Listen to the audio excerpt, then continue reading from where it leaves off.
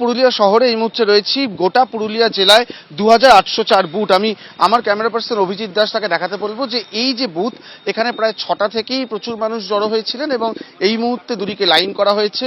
7টার আগে পর্যন্ত একটু ঢিলেঢালা ছবি ছিল, প্রচুর মানুষ এখানে ছিলেন, কিন্তু তারপরেই সেন্ট্রাল ফোর্সের লোকজন বাইরে আসেন এবং এসে এই যে 100 মিটারের মার্ক যেটা আমরা গতকাল থেকে দেখাচ্ছি বিভিন্ন জায়গায় তৈরি করা হয়েছে, সেখান থেকে কিন্তু বাকি যারা যারা আছেন, যে গাড়িগুলো রয়েছে, বেশ কিছু টোটো ছিল, বাইক ছিল, সেগুলো সবগুলো কিন্তু সরিয়ে দেওয়া হয়েছে।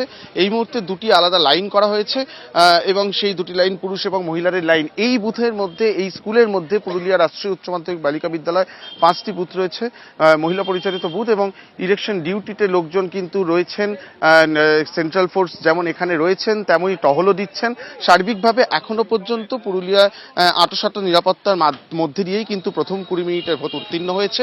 এখন দিন যত গড়াবে ততই বোঝা যাবে ভোটের চেহারাটা আদতে কি দাঁড়ায়।